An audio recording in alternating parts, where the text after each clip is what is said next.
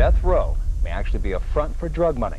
Chris Blatchford finds out who holds the purse strings in this Fox Undercover report. Suge Knight's former mansion is at the center of a storm.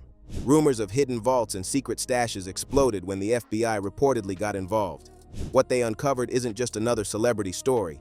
It's a tangled web of music, crime, and secrets. And I've got the details they're not showing you.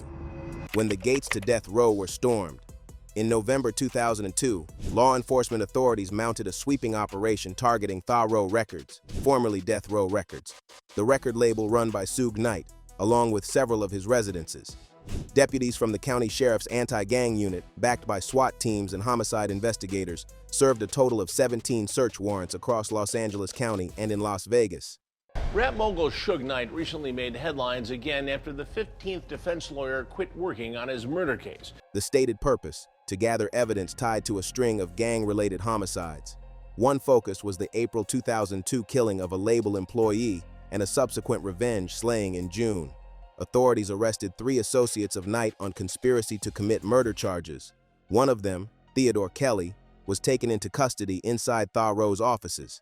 Despite the scale and coordination of the raids, reports noted early morning deployment, multiple locations, and presence of heavily armed deputies. Knight himself was not charged at the time.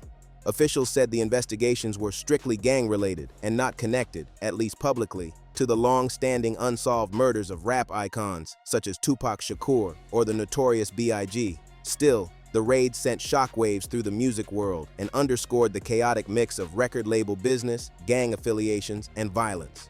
One former Tha Row insider recalled that during the 2002 raid, officers cut up the ceiling and took all the computers, turning the label's headquarters into a crime scene sweep.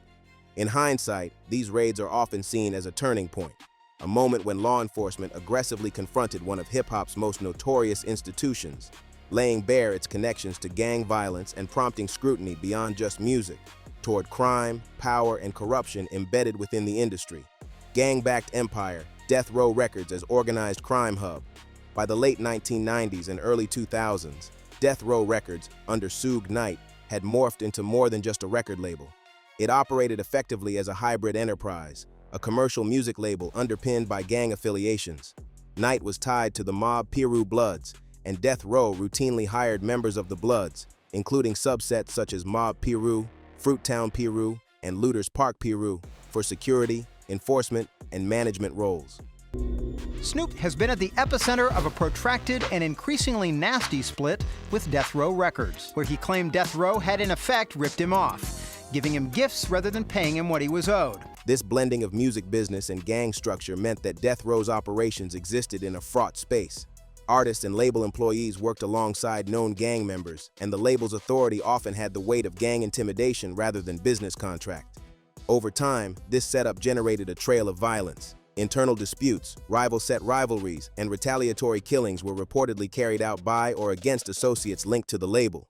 The dual identity of Death Row, as a creative institution and gang-backed enterprise, helps explain how a record label could wield influence beyond music, making deals, enforcing silence, and operating under a climate of fear. That climate also made Death Row especially vulnerable to law enforcement crackdowns. The label's structure allowed for both plausible deniability and deep criminal exposure. When the authorities moved in, what looked like a music industry giant revealed signs of organized crime. In retrospect, this hybrid model may have catalyzed the label's downfall. The collapse of trust, repeated violence, and mounting legal pressure exposed how unsustainable it was to run a successful record label while maintaining ties to gang hierarchies, a mixture that prioritized domination over stability and intimidation over transparency.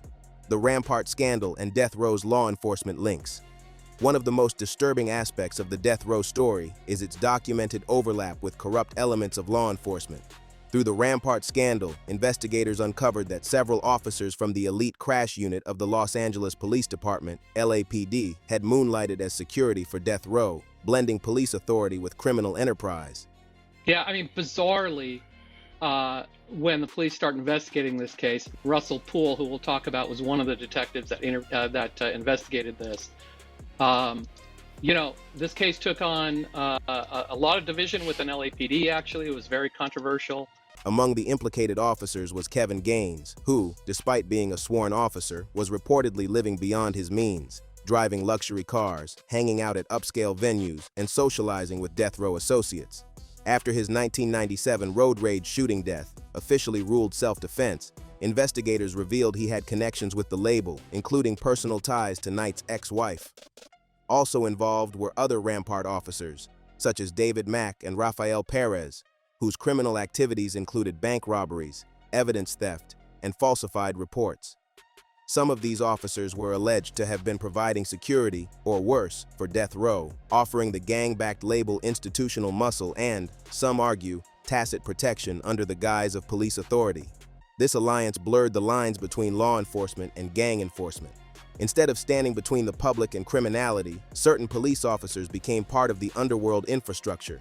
That systemic corruption complicated investigations into gang-related murders and drug trafficking, some of them involving people affiliated with Death Row. As a result, many cases were mishandled, evidence went missing or was tainted, and some violent crimes remained unresolved. For Death Row and Knight, this relationship offered a dangerous advantage: access to policing resources, insider knowledge of investigations, and a protective shield from scrutiny. But it also tethered the label and its downfall to institutional corruption, making eventual exposure more likely once reform efforts and public attention turned on the Rampart scandal.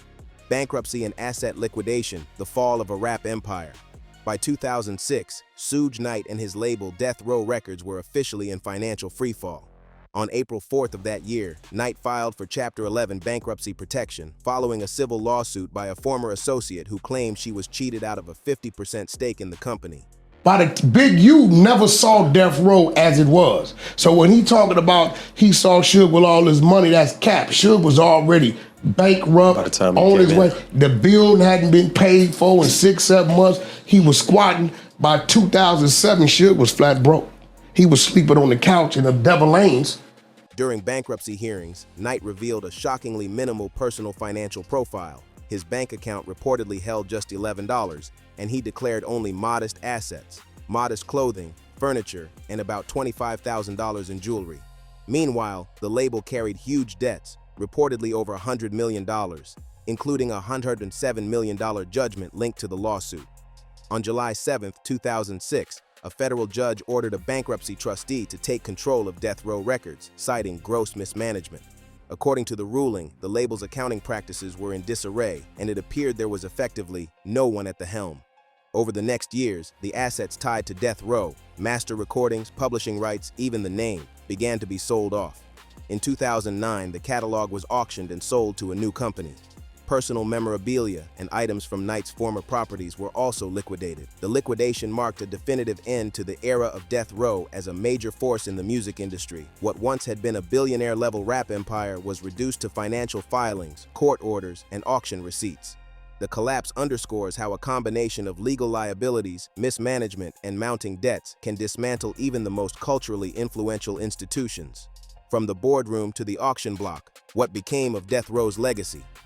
After the bankruptcy and takeover by a court-appointed trustee, the once powerful halls of Death Row Records were stripped down. Offices, assets, and archives that had housed platinum records, contracts, and cultural weight were parceled off. Death Row, everybody knows Death Row.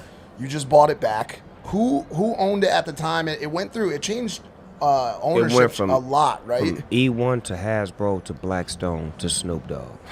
In January 2009, the label's catalog and intellectual property, including master recordings and publishing rights, were sold to a Canadian firm for $18 million. Over time, ownership shifted again, eventually landing with a larger media entity.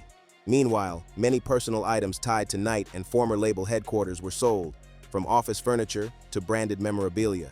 Among the more symbolic items auctioned was the now infamous electric chair desk piece bearing the label's grim branding. Once a stark emblem of Death Row's notoriety, it became nothing more than a collectible sold off in bankruptcy. For many artists, associates, and fans, the auction and dissolution of the label represented more than just a business failure. It reflected the undoing of an era. Contracts dissolved, royalty streams became uncertain, and legal entanglements proliferated. The transformation from powerhouse to liquidation underscores a critical truth. While the creative output of Death Row left an indelible mark on hip-hop, its financial underpinnings were fragile. The institution built on bold personalities, intimidation, and gang-aligned tactics could not survive once legal and financial systems converged to neutralize its power. The post-bankruptcy fate of Death Row's catalog. By the mid-2000s, what had once been one of hip-hop's most powerful labels was unraveled, and its musical legacy changed hands multiple times. In April 2006, both Suge Knight and Death Row Records filed for Chapter 11 bankruptcy protection after a civil lawsuit by a former associate, Lydia Harris, who claimed she was wrongly ousted from the company. He didn't like it. You didn't like it? No, he didn't like it when I bought Death Row. He vocal about it. He said it. He spoke to it. He didn't like it, but at the same time, he didn't know what I was doing.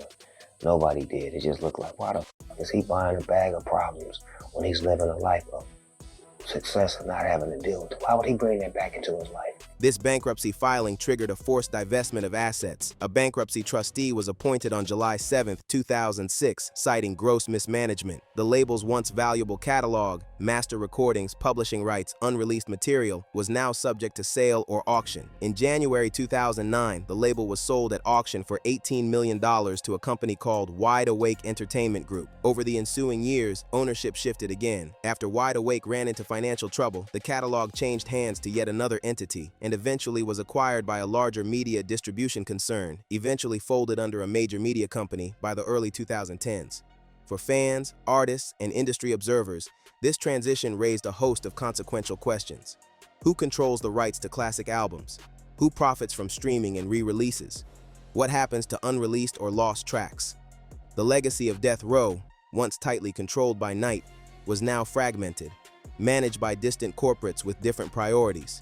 For former artists associated with the label, this shift drastically changed their financial and creative horizons. Contracts, royalties, and distribution deals were renegotiated or redirected. According to analyses of the bankruptcy aftermath, many artists and affiliates saw their long-term revenue streams dry up or become uncertain. On a broader cultural level, the sale and redistribution of Death Row's catalog transformed a once notorious record label, built on controversy, violence, and gang entanglements, into an archival asset. What once symbolized defiance and raw street-level power was now packaged and managed like any other corporate intellectual property. The reinvention of Death Row as a catalog brand marked the end of an era, not just for Knight, but for a certain kind of hip-hop legacy. Final downfall, incarceration, violence, and the long shadow of crime beyond financial ruin. Suge Knight's personal legal troubles culminated in a final, decisive downfall. In January 2015, he was involved in a hit-and-run incident in Compton, California. He drove over 2 men, one of whom died. Developing news now, former rap mogul Suge Knight is headed to prison for voluntary manslaughter.